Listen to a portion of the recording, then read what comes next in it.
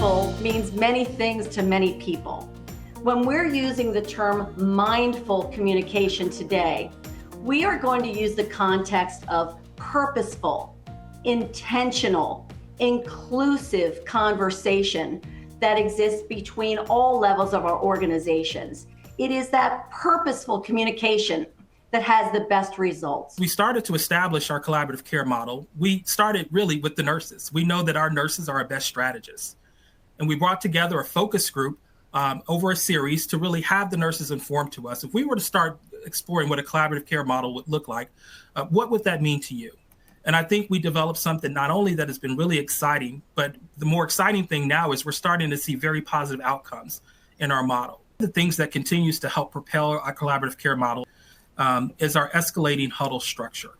We call it RESPECT. The acronym stands for R, reflection, E, enhance flow, S, safety, P, performance, E, encourage opportunities, C, closing the loop, and T, thankful.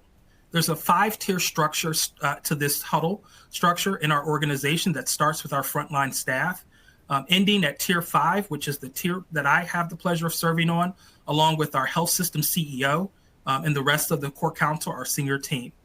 The exciting thing about this structure is that at each one of these levels, tier 1 through 5, there's a built-in feedback loop.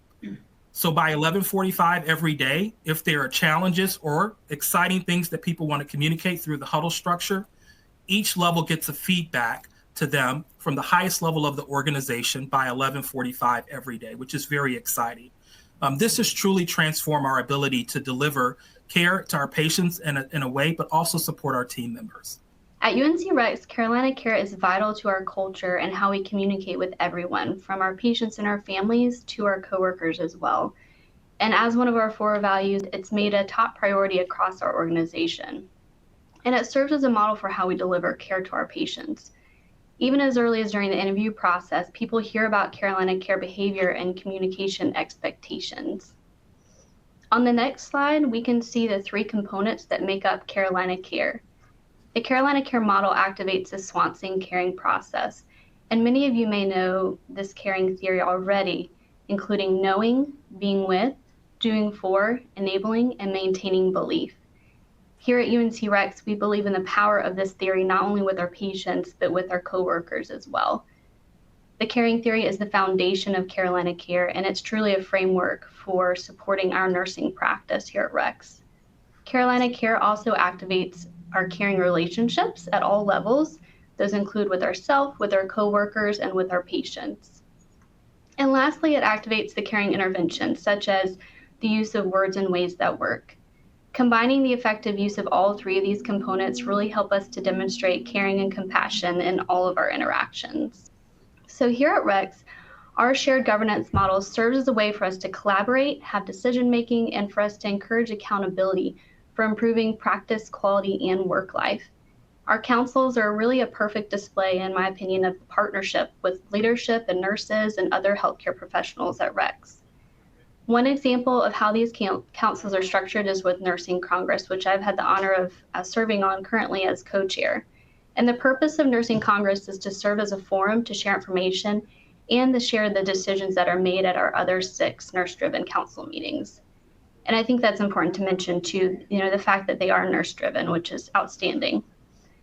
The Congress represents nursing to the executive leadership team, and it facilitates communication between other nursing councils. The membership consists of at least 70% frontline nursing representation, but is complemented with managers and educators, CNS specialists. We also have, of course, our CNO and our directors in attendance as well.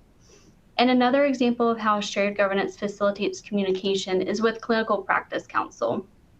The co-chair of this council actually attends our system level practice council, which ensures that communication is effectively disseminated so that the work is not being done in a silo, so to speak, but collaboratively across all levels of nursing, but also within our entire UNC system.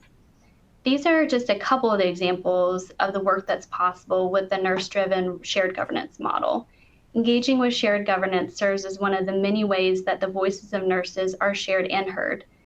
The Cup of Joe with the CNO I started because I wanted to be able to sit down with staff and have an opportunity to connect, discuss, and allow them to ask questions, and really a time for me to listen and to respond. I may not have all the answers, but at least I can find out what's on their minds.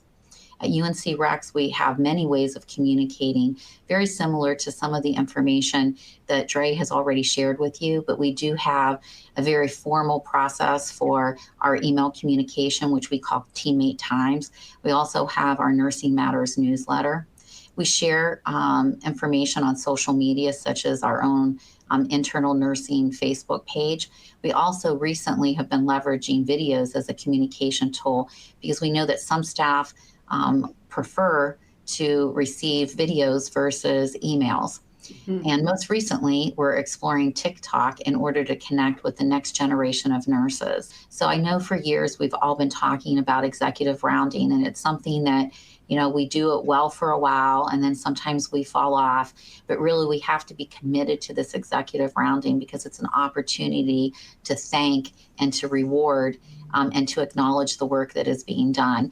And so, you know, it's been difficult, I'm going to say, with some of our staffing challenges over the last few years for the nurses to be able to pull away from the bedside and have some of those interactions that we used to have. But I'm still committed to the executive rounding, and I'm looking for my nurse leaders on the units to be able to point out to me people that we can acknowledge in the moment and people that we can thank in the moment. Here's a question about the pandemic. Anybody remember that we all just went through? Any lessons learned during the pandemic regarding successful communication that you would like to share? You've both teams have shared tremendous number of initiatives around communication. Did they come out of the pandemic when you saw the need of what everyone was going through? Have they been changed up a little bit because of the pandemic? What's been your experience over the past few years in particular? One of the things that we had to do was really level set where we were, realizing that much of the change that we saw in the pandemic was more structural than cyclical, which is what we experienced during the pandemic and shortly after. And so we really aligned our strategies to building around the infrastructure to ensure that we had the communication channels in place so that that communication could flow fluidly as we needed to get things out quickly to our teams because we were working on some really critical strategic initiatives. Mm-hmm. So I would say that that was one of the most important things that we did in terms of pivoting our strategy, Melissa. Mm-hmm. You really needed to try many modes of communication because not everyone is going to read their emails. And so I think that's where we learned to use our huddles effectively. And we also learned how to communicate from the bottom to the top and from the top to the bottom so that we were effectively making changes sometimes from the morning till the afternoon. And so the pandemic really did push us to develop those communication strategies in a better, more prescribed way. Now, one of the questions coming in is sort of a reality check, I think, for all of us. We know communication is difficult. We know that under stress, sometimes we're not at our best. So the question is around how do we manage the naysayers, those who maybe bring negativity as their communication style into our workplace? Last year, they sent our supervisors and managers to healthy workforce workshops, and then they brought ideas back to the unit, and we created our own cultural norms for our unit. So how we want to be treated as individuals. So if there is a workplace issue, then we can pull up, these are our cultural norms on our floor as peers. This is how we said we're going to be treated. And then from the patient and family standpoint, we used to have behavior contracts, but those sounded like threatening towards patients and families. And so we had our a committee work on creating a wellness contract because that sounds more welcoming. And then we can have this committee come and put a wellness contract together to help keep both the patient and staff safe and avoid workplace violence from happening. When I've heard it said before, what we permit, we promote. So to keeping that in mind with all that we do as well. And from the patient and family side of things, if we're having incivility in that kind of arena, have found it incredibly helpful Our executive team led a initiative of zero tolerance policy for aggressive behavior and communication in such a way that you could see these expectations posted and visible throughout our campus at nurses stations and the elevator bays. It's something that's, on the forefront of everyone's mind, and just a reminder, how do you want to communicate effectively but also kindly? Thank you for watching this webinar preview. My name is Julie Cullen, the Managing Editor of American Nurse Journal. I invite you to watch the full version of this free on-demand webinar. Just follow the link in the description. You can also visit myamericannurse.com for a full collection of our free educational webinars. Thank you.